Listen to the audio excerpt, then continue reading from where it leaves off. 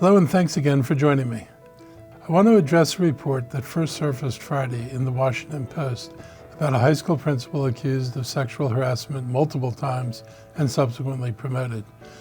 That principal is currently on leave, and according to the press, the school system has hired an outside law firm to investigate.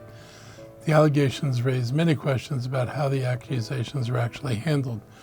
Did the school system conduct the reviews of the complaints before promoting this principal? And why is the school system now hiring a law firm to investigate the complaints if the complaints were properly reviewed when they were made? As one reporter suggested in my weekly briefing, maybe it's time to determine if there's a systemic problem here. There may be some serious problems that need to be addressed if this case is indicative of how complaints have been handled in the past. And we know that issue has been raised by other people involved with the school system. We as a county government have no real authority over the schools, but I want to see the right resolution here. If the allegations first published Friday are true, we need people to be held accountable and we need improvements. We know there are thousands of dedicated staff across our school system working with our children, and they deserve better than this. We're in the middle of Shop Maryland Tax-Free Week. It's a way to help families with the costs of schools, clothes, supplies, and backpacks if they shop between now and Saturday, August 19th. The incentives include tax-free purchases for qualifying apparel and footwear, and each item can't exceed $100. Sweaters, shirts, underwear, belts, and shoes are examples of items that qualify. The first $40 of a backpack or book bag purchase is also tax-free.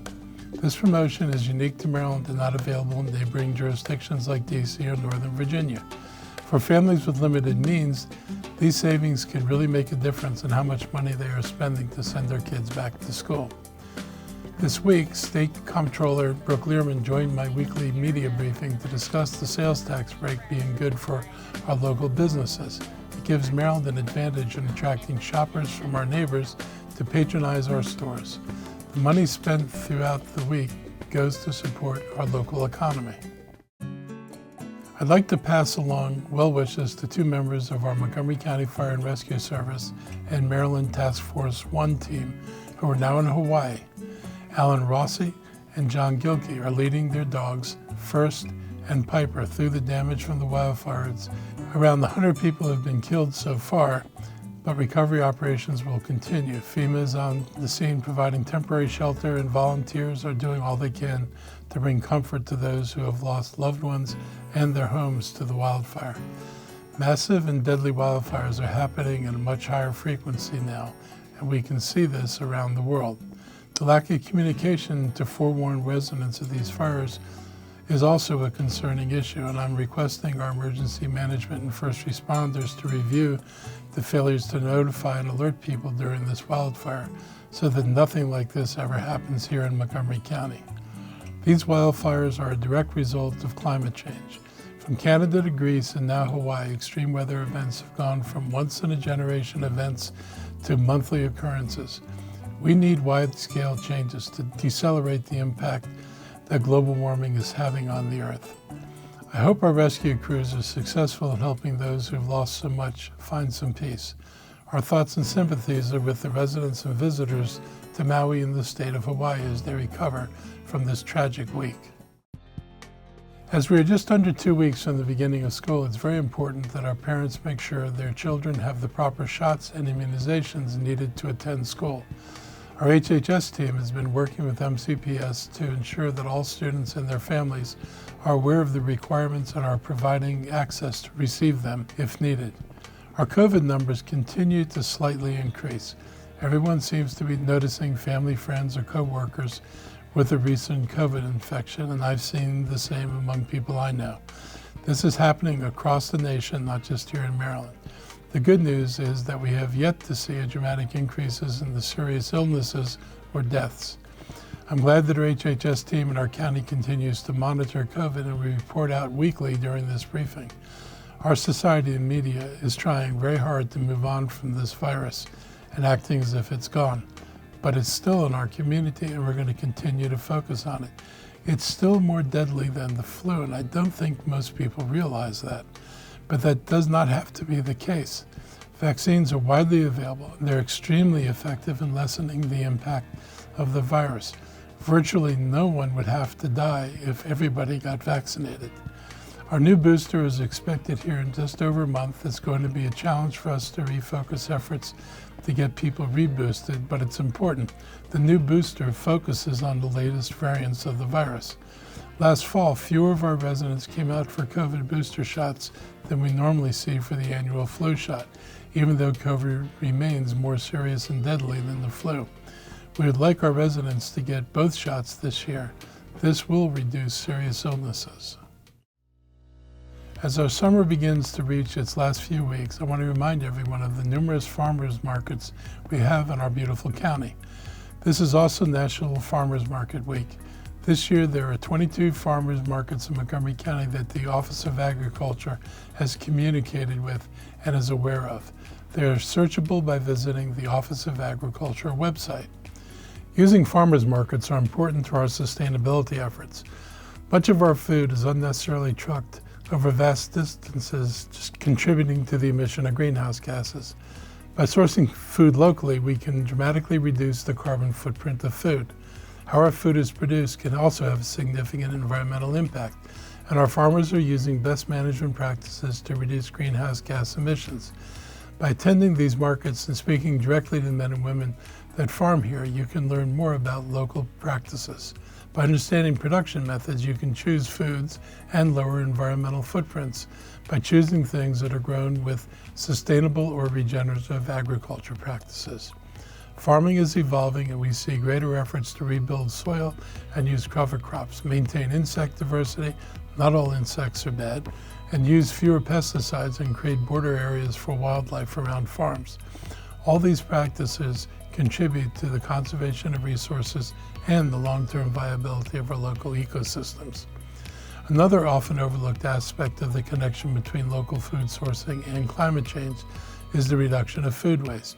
When food is transported over long distances, it's more likely to spoil before reaching its destination or have a shorter shelf life than food that's produced and purchased locally. By sourcing more food locally, we can reduce the time between harvest and consumption, minimizing the waste and the associated methane emissions from decomposing organic matter.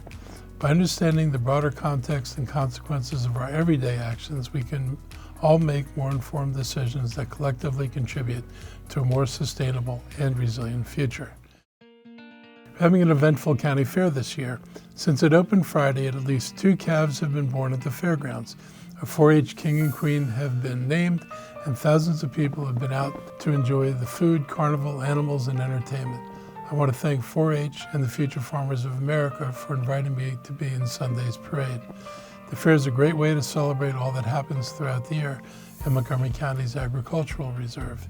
Organizations like the Montgomery Farm Bureau, the University of Maryland Extension, and many others who participate in the fair help promote and protect agriculture in our county.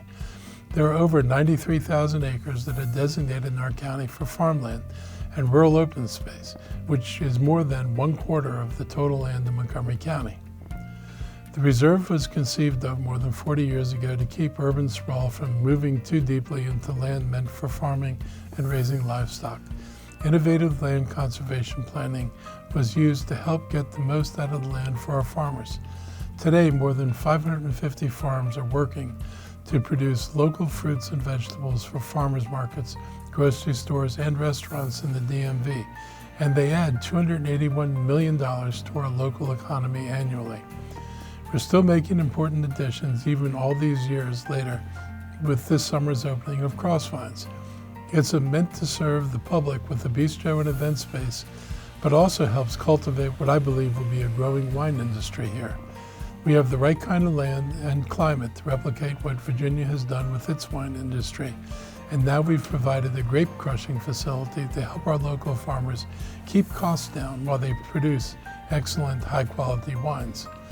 On a sad note, I'd like to note the passing of Dr. Lonnie Luther. He served as president of the Montgomery County Farm Bureau, was a fierce advocate for Montgomery County farmers, and he was a leader our farmers could count on. And before he was a farmer here, he was actually a distinguished scientist. Our thoughts and condolences are with the Luther family, the Farm Bureau, as well as all those in our agricultural community who we worked with and touched over the years. Last weekend, Montgomery County Public Libraries hosted its Vinyl Day.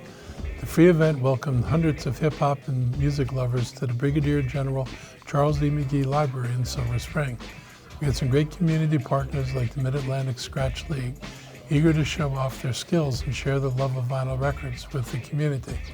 Visitors were able to search albums to buy, learn to scratch, and take part in breakdancing classes.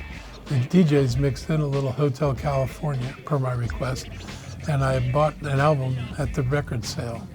This event was a way to welcome families in, maybe for the first time, to introduce kids and adults to the services offered by our libraries. There are a lot more than just books there these days. Libraries across the county will lend you music, audiobooks, movies, and more. Please check out your local library as a source of all sorts of entertainment and learning.